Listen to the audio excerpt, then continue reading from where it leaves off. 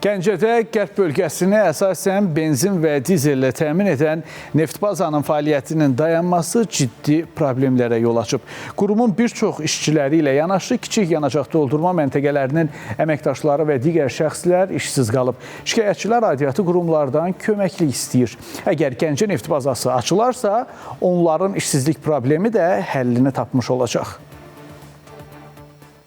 6 saylı Gəncə neft bazı sahəsi təxminən 3 aya yaxındır ki, fəaliyyətini dayandırıb. Qurumun işləməməsinə bir çox səbəblər gətirilir. Amma reallıq ondan ibarətdir ki, bazaya benzin və dizel yanacağı gəlmir.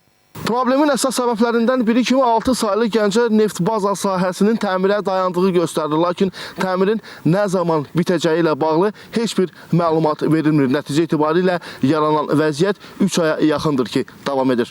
Buranı güya dayandırmışdılar remonta. Təmirə dayanıb. O da elə zəng eləyirik, deyirlər ki, mal yoxdur. Ona görə də dayanmışıq 3 aydır, 4 aydır gəlib getmirik. Çox pis vəziyyətdəyik. Biz kimə deyib deməliyik ki, bizə pul verdi olanaq bir tərif. 3 aydır bura bağlanıbdır neft baza, remont adından dayanıbdır. Gözləyirik ki, görək nə vaxt bizə iş olacaqdır ki, işləyək, evimizə çörək yaparıq. İşçi heyəti və buradan yanacaq daşıyan şəxslərə bildirilib ki, indiki halda Bakıdan yanacaq gətirsinlər.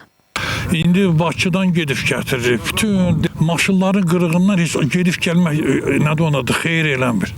Luş eləcə oturası zapravka bağlanır. Bir dənə xahiş elə aidiyyatı qurumlardan bu Gəncə neft bazasını açsınlar, rahat da biz işləyik. 3 aydır ki, biz evdə dayanmışıq, işləyə bilmirik. Hərdən birdən zənglə Bərdədən, Ucardan bir maşın. Bərdədən bir maşında ucardan ayda bir səfər, 2 səfər gedib mal gətiririk. O da nə zapravkaya, nə də bizə xeyir eləmir. Nə deyirlər məsəl üçün?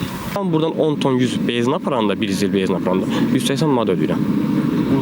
Buradan aparanda, Gəncədən Daşyan aparanda 180 manat yol pulu verirəm. Yəni o sonra mən buradan aparanda 540-560 manat pul eləyir. Yəni heç 600 eləmir də. Amma o sonra mən başdan gətirəndə 1200 manat yarı ziyan eləyir. Divanlı ziyan.